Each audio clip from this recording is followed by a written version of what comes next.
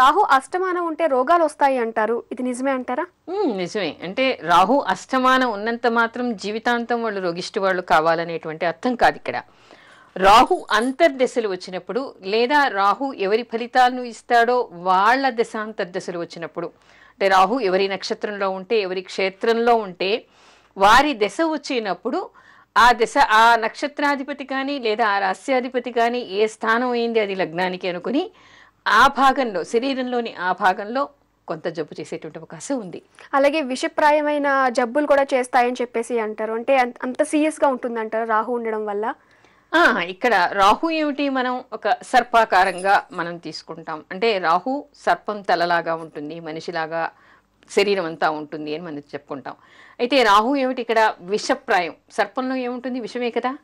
మరి విషప్రాయమైనటువంటి జబ్బులు వస్తాయి అని చెప్తారు. అయితే ఇక్కడ విషప్రాయమైనటువంటి జబ్బులు రావడానికి ఇక్కడ అనేక కాంబినేషన్స్ మనకి జ్యోతిష్యపరంగా కావాలి.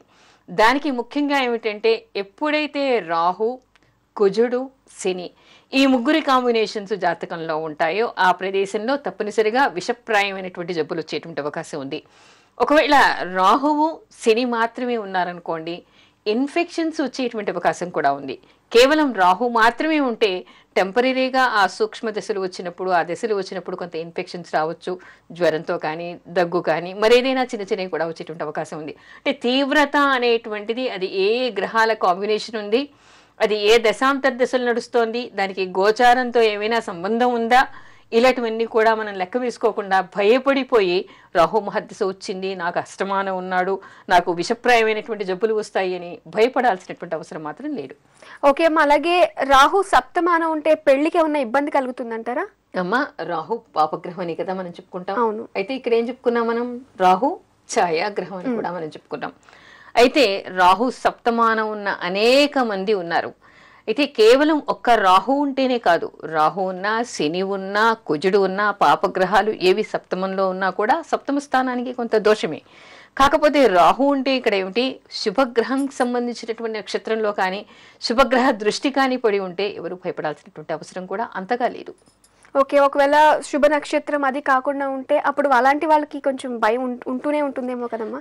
భయం అంటే ఇక్కడ విడిపోతారు అని కానీ లేదా మరణిస్తారు అనేటువంటి అర్థాలు కాదు. ఆ దశాంతర్దశలు వచ్చినప్పుడు కొన్ని చికాకులు ఉండేటువంటి అవకాశం ఉంటుంది. ఓకే, అలాగే మరి రాహు సప్తమానం ఉన్నట్లయితే కులాంతర వివాహాలు జరుగుతాయంటారా? రాహు సప్తమానం ఉన్న అనేక మంది జాతకాల్ని నేను చూపిస్తాను. అందరికీ కులాంతరం జరగాలని లేదు. ఎప్పుడు కూడా రాహుకేతుల గురించి మనం చూడాలి, జాతకంలో తెలుసుకోవాలి అంటే ఒక జాతకంలో జరిగినట్టు మరో జాతకంలో జరగటానికి ఎట్టి పరిస్థితుల్లో వీల్లేదు. ఎందుకంటే రాహు ఛాయాగ్రహం. ఈ ఛాయాగ్రహం ఏం చేస్తాడు, తాన నక్షత్రం అంటే నీడ, ఛాయ అంటే నీడ, ఎవరి నీడ ఎవరి నక్షత్రంలో ఉంటే ఆ నక్షత్రాధిపతిలాగా ప్రవర్తిస్తాడు. లేదా ఛాయ ఇంకోటి ఏమిటంటారంటే మనకి శనివత్ రాహు కుజవత్ కేతు అంటారు. ఒక్కొక్కసారి శనిలాగా కూడా ప్రవర్తిస్తూ ఉంటాడు, లేదా ఆ క్షేత్రాధిపతిలాగా కూడా ప్రవర్తిస్తూ ఉంటాడు. మరి అందరి జాతకాల్లో కూడా మనం కులాంతర వివాహం చెప్పడానికి ఇక్కడ వీల్లేదు. ఆ జాతకాన్ని పర్టికులర్గా మనం చూసి స్టడీ చేసి మాత్రమే నిర్ణయించాలి. అంటే వాటి కాంబినేషన్స్ కూడా చూడాల్సి వస్తుంది అనమాట. మనం ఏవైనా సప్తమంగా ఉంటే కులాంతర వివాహం చెప్పడానికి కూడా మనకు వీల్లేదు. ఓకే, అలాగే మరి రాహు పంచమంలో ఉంటే ఎలాంటి దోషాలు వస్తాయంటారమ్మా? ఇక్కడ చాలా కాంబినేషన్స్ ఉన్నాయమ్మా. ఇక్కడ ఏమిటంటే పంచమం మనకి ఆలోచన స్థానం. ఈ ఆలోచన స్థానంలో రాహు ఉండటం వల్ల తర్వాత ఇంకోటి ఏమిటి, మనకి సంతాన స్థానం కూడా. అయితే రాహు సంతాన స్థానంలో ఉండటం వలన ఇక్కడ కూడా ఏంటంటే పాపగ్రహ సంబంధం కలిగి ఉన్నాడు అనుకోండి, స్త్రీలకి అబార్షన్స్ అవ్వడం, సంతాన లోపాలు జరగటం ఇలాంటివి జరుగుతాయి. ఇక ఆలోచన స్థానం అనటంలో ఈ మధ్యనే నేను 2 కేసెస్ చూశాను. డిగ్రీ పాస్ అయినటువంటి అమ్మాయిలు ఆలోచన స్థానమైనటువంటి పంచమానికి సంబంధం కలిగినటువంటి రాహు అంతర్దశలు మహర్దశలు నడుస్తూ ఉన్నాయి. అక్కడ వాళ్ళకి ఏంటంటే ఒక రకమైనటువంటి భ్రమ. చంద్రుడు కూడా అంటే మనఃకారకుడైనటువంటి వాడు చంద్రుడికి రాహువుకి సంబంధం కలిగి పంచమ సంబంధం కలిగినప్పుడు వీళ్ళకి భయాలు కలగటం, ఎవరో తమకేమో చేస్తున్నారు అనేటువంటి భ్రమలో ఉండటం, వాళ్ళు మమ్మల్ని చూసి నవ్వుతున్నారు. ఒక అమ్మాయి వచ్చి అందరూ చూసి నన్ను వెక్కిరిస్తున్నారు అంటుంది. ఎవరు చూస్తే వాళ్ళు నన్ను వెక్కిరిస్తున్నారు, నాలుగు పెట్టి బయటికి పెట్టి చాపి ఏదో వెక్కిరిస్తున్నారు నన్ను అంటుంది. అంటే ఆమె ఫీల్ అవుతుందంటారు. అమ్మాయి ఫీల్ అవుతోందంతే. కొంతమంది నన్ను చూసి నవ్వుతున్నారని ఒక అమ్మాయి వచ్చింది. ఇలా భ్రమంలో వాళ్ళు ఉంటూ ఉంటారు తప్ప నిజానికి అక్కడ ఏమీ జరగదు. అయితే ఆ చంద్రదశ, ఆ చంద్రుడికి పంచమానికి రాహుకు ఉన్నటువంటి దశాంతర దశలు పోవడం కోసం పోయేదాకా వాళ్ళు జాగ్రత్త పడి రెమెడీస్ చేసుకుంటే ఆ భ్రమంలో నుంచి వాళ్ళు బయటపడతారు. మరి రాహు ఏ స్థానంలో ఉంటే మంచి చేస్తాడంటారు? రాహు ఏ స్థానంలో ఉంటే అంటే రాహు ఏకాదశ స్థానం. మామూలుగా ఏం చెప్తారు మనకి, త్రిషట్ ఆయా పాపగ్రహాః అంటారు. అంటే 3, 6, 11 స్థానాల్లో పాపగ్రహాలు ఉంటే మేలు చేస్తారు. అదేవిధంగా సూర్యుడు మనకి 11వ స్థానంలో ఉంటే కోటి దోషాలని, అంటే ఆ జాతకంలో ఉన్నటువంటి కోటి దోషాలని పోగొడతారట. అదేవిధంగా ఎవరికైనా రాహువు 11ంట ఉన్నా కూడా వాళ్ళకు ఉన్నటువంటి దోషాలన్నీ పరిహారం అవుతాయని చెప్పి తెలుసుకోవాలి. అంటే ఇవన్నీ కూడా అరిష్టభంగ యోగాలుగా చెప్తారు. 3ంట ఉన్నా, 6ంట ఉన్నా, లేదా 11ంట ఉన్నా కూడా ఇక్కడ ఉన్నటువంటి దోషాలు, వాడి జాతకంలో ఉన్నటువంటి దోషాలన్నీ కూడా పరిహారం అవుతాయని చెప్పేసి మనకి అనేక గ్రంథాల్లో చెప్పబడింది. అమ్మ కాలర్ లైన్ లో ఉన్నారు, వారితో మాట్లాడదాం. బివిఎస్ రామకృష్ణ గారు, హలో. హలో, నమస్కారం అండి. నమస్తే అండి. రామకృష్ణ గారి పేరు మీద మీరు రిజిస్టర్ చేసుకున్నారు. ఆయన బర్త్ డీటెయిల్స్ కన్ఫర్మ్ చేసుకుందామండి. ఓకే అండి. 9th December 1975. అవునండి. ఉదయం 6:15 కొత్తగూడెంలో పుట్టారు. అవునండి. అలాగే ఆయన రిజిస్టర్ చేసుకున్న సమస్య జాబ్ రిజైన్ చేసేసానన్నారు. అవునండి. మరి దాని గురించి మేడంతో మాట్లాడండి. ఓకే అండి. నమస్తే అమ్మా, చెప్పండి. అమ్మా నమస్తే అమ్మా, నా పేరు శైలజ అండి. నేను హైదరాబాద్ నుంచి చేస్తున్నాను. చెప్పండి. మా వారు సాఫ్ట్వేర్ జాబ్ చేసేవారమ్మా. అయితే 6 months బ్యాక్ రిజైన్ చేశారు బెటర్ జాబ్ రోల్ కోసం. కానీ ఫైనల్ రౌండ్ దాకా ఇంటర్వ్యూస్ అవుతున్నాయి, కానీ జాబ్ ఆఫర్ మాత్రం రావట్లేదు. అసలు జాబ్ ఎప్పుడు వస్తుంది, ఎట్లా ఉంటుంది అని చేశానమ్మా. మీ వారికి శని మహర్దశ ప్రారంభమైందమ్మా. అమ్మా మొన్న ఏమిటంటే అష్టమ శని ఉన్నప్పుడు ఆయన రిజైన్ చేసి ఉంటారు. ఇప్పుడు అష్టమ శని వెళ్ళిపోయాడు కాబట్టి ఇప్పుడు భయపడాల్సినటువంటి అవసరం లేదు. ఈయనకి మళ్ళీ మంచి జాబ్ వచ్చేటువంటి అవకాశం ఉంది. భవిష్యత్తు కూడా చాలా బాగుంది. ఇతను ఓం శ్రీ రాజమాతంగ్యై నమః అనేటువంటి మంత్రాన్ని జపించుకోమని చెప్పండి. ఒకసారి చెప్తారా? ఓం శ్రీ రాజమాతంగ్యై నమః. ఎన్నిసార్లు కాదు, జాబ్ వచ్చే వరకు నిరంతరం చేయమనండి. రోజు తెల్లవారుజామున లేచి అమ్మవారికి దీపారాధన చేసి ఒక 1108 సార్లు చేయమనండి. ఆ తర్వాత మనసులో నిరంతరం జాబ్ వచ్చే వరకు చేయమనండి. తప్పనిసరిగా తొందరలో ఉద్యోగం వస్తుంది. ఓకే, మరి శైలజ గారు విన్నారు కదా. సో మేడం అంతా చాలా బాగుందని చెప్పేసి అంటున్నారు. అలాగే మేడం చెప్పిన పరిహారాన్ని కూడా పాటించండి, ఫ్యూచర్ చాలా బ్రైట్ గా ఉందంటున్నారు. ఆల్ ది బెస్ట్ అండి. కాలర్ లైన్ లో ఉన్నారు, వారితో మాట్లాడదాం. కోటేశ్వరరావు గారు, హలో. చెప్పండి. నమస్కారం అండి. నమస్కారం అండి. కోటేశ్వరరావు పేరు మీద మీరు రిజిస్టర్ చేసుకున్నారు. ఒకసారి బర్త్ డీటెయిల్స్ కన్ఫర్మ్ చేసుకుందామండి. 9th April 1981 తెల్లవారుజామున 2:15 గుంటూరులో పుట్టారు. మధ్యాహ్నమా? మధ్యాహ్నం 2:15. అలాగే మీరు రిజిస్టర్ చేసుకున్న సమస్య అప్పులు, కోర్ట్ కేసెస్ ఉన్నాయంటున్నారు. సో ఫ్యూచర్ ఎలా ఉంటుందో తెలుసుకోబోదాం అనుకుంటున్నారు. ఓకే అండి, మేడంతో మాట్లాడండి. నమస్కారం అండి. నమస్కారం అండి. మీ టైం కరెక్టేనా? కరెక్టేనండి. 2:15 మధ్యాహ్నం. ఓకే, ఏమిటి మీ సమస్య? ఏమిటి? ఈ అప్పులను కోర్టు సమస్యలు. కోర్టు సమస్యలు దేని గురించి? ల్యాండ్ గురించా? అవునండి, మామూలుగా యాక్సిడెంట్ కేసులు. అదే మీ జాతకంలో ల్యాండ్ గురించినటువంటి లిటిగేషన్స్ ఉండేటువంటి అవకాశం ఉందండి.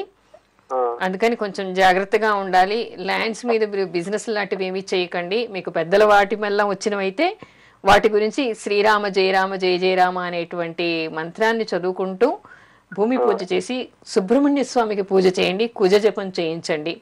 తర్వాత లోన్స్ తీయడం గురించి కూడా మీరు, అంటే ఇప్పుడైతే మీకు అంత ఎక్కువ బాధ ఉన్నట్టు నాకు కనిపించట్లేదు. అంటే ఈ సంవత్సరం ప్రారంభమైన తర్వాత కొంత దాని ఇంటెన్సిటీ తగ్గి ఉండాలి. అసలు ఈ సంవత్సరమే బాటలు ఎక్కువ ఉన్నాయండి. ఏది 12 వచ్చిన తర్వాతనా? అవునండి, జనవరి వచ్చిన తర్వాత బాగా కొద్దిగా పీరియడ్ బాగోలేదు. జనవరి వచ్చినప్పటి నుంచి పీరియడ్ బాగాలేదా? అవునండి. అంటే మీ టైంలో ఏదైనా కొద్దిపాటి తేడా ఉండొచ్చు. అంటే కొంచెం దశ మారడానికి ఇక్కడ అవకాశం ఉంటుందా దాన్ని బట్టి. కానీ ఇప్పుడు మాత్రం మీకు తీరుతుందండి. మీరు అప్పులు తీరుతాయి, డెఫినెట్గా మీకు తీరుతాయి. దాని గురించి మీరు ఓం శ్రీ గణేశ రుణం చింది అనేటువంటి మంత్రాన్ని జపిస్తూ ఉండండి. సుబ్రహ్మణ్య స్వామికి పూజ చేయండి. మీకు భూమి మీద ఉన్నటువంటి సమస్యలన్నీ కూడా తీరిపోతాయి. ఓకే, మరి సో కోటేశ్వరరావు గారు విన్నారు కదా. మేడం చెప్పిన పరిహారాన్ని కూడా పాటించండి, మంత్రాలు జపించండి, అంతా మంచి జరుగుతుంది. ఓకే అమ్మా, ఇక మరి రాహు వల్ల దోషాలు ఉన్నప్పుడు నివారణలు ఎలా చేసుకోవాలంటారు? రాహు దోషం ఉంది అంటే ఎవరికైనా సరే జాతకంలో రాహు దోషం ఏర్పడినప్పుడు, ఆ దశాంతర దశలు వచ్చినప్పుడు రాహు కోసం అని చెప్పేసి దుర్గాదేవి పూజ చేయాలి. దుర్గాదేవి కవచాన్ని చదువుకోవాలి, దుర్గా మంత్రాన్ని జపించాలి. చిన్నపిల్లలకైతే దుర్గా లాకెట్ని మెడలో వేస్తే చాలా మంచిది. ఆ తర్వాత పెద్దవాళ్ళు అయిన తర్వాత ఇక్కడ ఆర్థిక సమస్యలు కానీ భ్రమలు కానీ ఇలాంటివి ఉంటాయి కాబట్టి, సూసైడల్ టెండెన్సీస్ కూడా ఉంటూ ఉంటాయి కాబట్టి, అలాంటి దశలు అలాంటి యోగాలు ఉన్నటువంటి వాళ్ళంతా ఏమిటంటే రాహు ఎవరి నక్షత్రంలో ఉన్నాడో, ఎవరి దశ నడుస్తోందో, ఎవరి అంతర్దశ నడుస్తుందో ఆ గ్రహానికి కూడా జపాలు చేయించుకోవాలి. ఆ తర్వాత దుర్గా సప్తశతి పారాయణ చేయించుకోవడం, దుర్గా మందిరాలకు వెళ్ళి ప్రదక్షిణలు చేయటం, దుర్గాదేవికి అభిషేకాలు చేయటం, దుర్గాకు సంబంధించినటువంటి పూజలన్నీ చేసుకోవటం వల్ల వీళ్ళకి రాహు దోష నివారణ జరుగుతుంది. ఇందాక మీరు అన్నారు కదమ్మా భ్రమల గురించి చెప్పారు కదా, అలాగే వివాహానికి సంబంధించి కూడా ఈ రాహు ఉన్నప్పుడు అలాంటి భ్రమలు వస్తూ ఉంటాయంటారా? చాలా. ఏమిటి అంటే ఇక్కడ సప్తమాధిపతి అయి కానీ, లేదా శుక్రుడు పంచమాధిపతి అయి కానీ, లేదా శుక్ర చంద్రులు కలిసి రాహుతో సంబంధం ఏర్పడినప్పుడు, సప్తమానికి సంబంధం ఏర్పడినప్పుడు ప్రేమ గురించినటువంటి భ్రమలు ఏర్పడతాయి. అంటే అవతలి వాళ్ళకి ప్రేమ ఉండకపోవచ్చు, వీళ్ళు మాత్రమే వన్ సైడెడ్ లవ్లో ఉంటూ ఉంటారు, భ్రమల్లో ఉంటూ ఉంటారు. వాళ్ళు లేకపోతే జీవితమే లేదు అనేటువంటి పరిస్థితిలో వీళ్ళు ఉంటూ ఉంటారు. ఆ తర్వాత ఆ భ్రమ నుంచి వాళ్ళు బయటపడేటువంటి ప్రయత్నాలు వీళ్ళు చేయాలి. ఎందుకు అంటే ఇక్కడ ఒక సైడే ఉన్నప్పుడు ఏమిటి, అవతలి వాళ్ళకి ఇష్టం లేదు, లేదా కొన్నిసార్లు వాళ్ళకి తెలియకపోవచ్చు, ఇష్టం లేకపోవచ్చు. అలాంటప్పుడు వీళ్ళు భ్రమలో అధిక కాలం ఉండటం వలన సూసైడల్ టెండెన్సీస్ రావడమో, లేదా అపహాస్యం పాలవడం కూడా జరుగుతూ ఉంటుంది.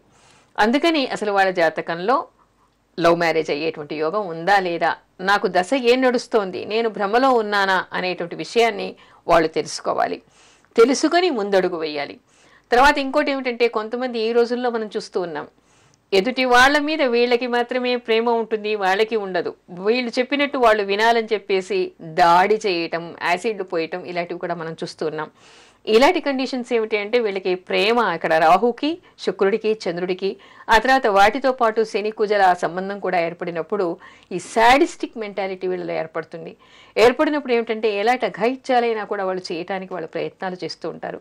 అలాంటప్పుడు తల్లిదండ్రులు వీళ్ళు చిన్నగా ఉన్నప్పుడే అలాంటి యోగాల గురించి తెలుసుకుని అలాంటి పనులు వీళ్ళు చేస్తే ఏమవుతుంది, జైలుకు వెళ్ళేటువంటి అవకాశం కూడా వాళ్ళకి ఏర్పడుతుంది. అందుకని పిల్లలకి అలాంటి దుర్యోగాలు పట్టకుండా ఉండటం కోసం రెమెడీస్ ముందుగానే చేసి వాళ్ళకి కౌన్సిలింగ్ ఇవ్వటం వలన ఇలాంటి పరిస్థితి నుంచి ఆ పిల్లల్ని తప్పించేటువంటి అవకాశం ఉంది.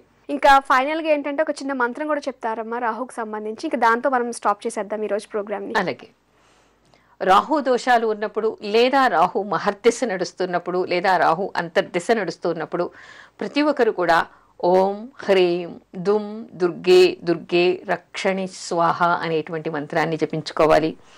ఇంత గుర్తుండదు అనుకుంటే ఓం దుర్గాయై నమః అని కూడా అనుకోవచ్చు. దుర్గాదేవిని ఎక్కువగా ప్రార్థిస్తూ ఉండటం వలన వీళ్ళకి రాహుదోష నివారణ జరుగుతుంది. ఓకే అమ్మా, ఇంక వాళ్ళకి మనకి సమయం కూడా అయిపోయింది. మళ్ళీ వచ్చే వారం కలుద్దాం అమ్మా. అలాగే. ఇది వాటి శుభమస్తు కార్యక్రమం. వచ్చే వారం మరో ఇంట్రెస్టింగ్ టాపిక్ తో మళ్ళీ కలుద్దాం. అంతవరకు సెలవు, నమస్కారం.